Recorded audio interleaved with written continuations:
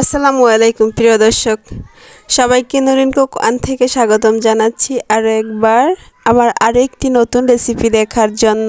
আজকের recipe capsicum আর গাজর ভাজি রেসিপি আপনাদেরকে দেখাবো। এখানে আমি 2টা ক্যাপসিকাম নিয়েছি।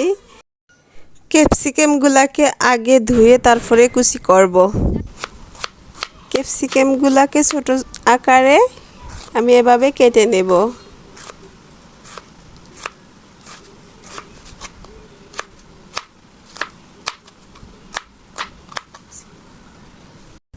আর গাজরগুলোকেও আমি এভাবে ছোট আকারে কেটে নেব।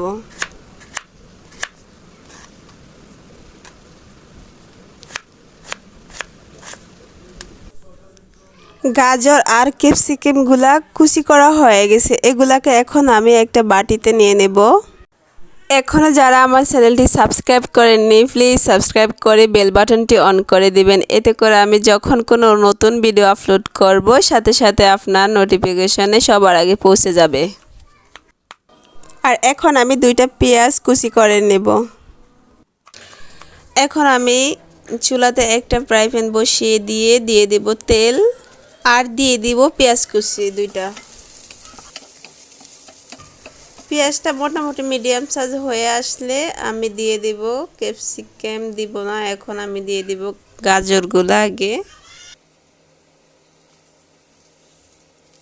এখন গাজরগুলোকে পেঁয়াজের সাথে অ্যাডজাস্ট করে দিব। আর গাজরটা কিছুটা সিদ্ধ হয়ে আসলে তারপরে আমি দিয়ে দিব ক্যাপসিকামগুলা।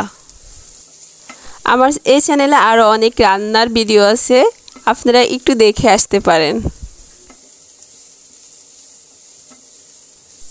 এখন দিয়ে দিব গাজরের সাথে পরিমাণ মতো লবণ। লবণটা দিয়ে লবণের সাথে মিক্স করে নেব গাজরগুলোকে।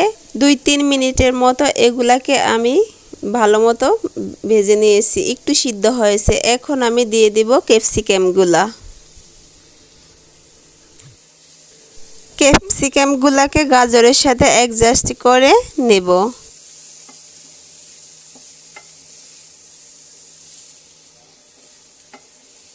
অ্যাডজাস্ট করে নেড়ে ছেড়ে তারপরে আমি 2 মিনিটের জন্য ঢাকনা দিয়ে ঢেকে দেব। 2 মিনিট পরে ঢাকনাটা উঠিয়ে নেব।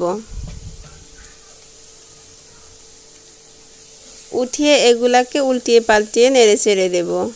এই ভাজি রেসিপিটা যদি আপনাদের কাছে ভালো লাগে তাহলে প্লিজ একটা লাইক আর একটা শেয়ার করে দিবেন। আর কোনো মতামত থাকলে কমেন্টে জানিয়ে দিবেন। নেড়ে ছেড়ে আমি আবারও 1 মিনিটের জন্য ঢেকে দেব। এখন আমি ঢাকনাটা 1 মিনিট পরে উঠিয়ে নিলাম। উঠিয়ে আবার একটু নেড়ে ছেড়ে দেব। আমি আরও 2-3 মিনিট এখানে দাঁড়িয়ে এগুলাকে আর ঢেকে দেব না, এভাবে নেড়ে ছেড়ে তারপর ভালো মতো ভাজিটা করে নেব। আর আপনারা এভাবে বাসায় ক্যাপসিকাম আর গাজর দিয়ে ভাজি করে খেয়ে দেখবেন, আশা করি অন্যরকম টেস্ট লাগবে। ক্যাপসিকামটা থেকে কিন্তু মরিচের মতো অন্যরকম একটা সুঘ্রাণ আসবে, কিন্তু ঝাল লাগবে না। আপনারা এভাবে ভাজিটা বাসায় করে খাবেন। আর সবাইকে অগ্রিম ঈদ মোবারক। আমি এখন বিদায় নিলাম। সবাই ভালো থাকবেন আর এভাবে ভাজি করে খাবেন। আল্লাহ হাফেজ।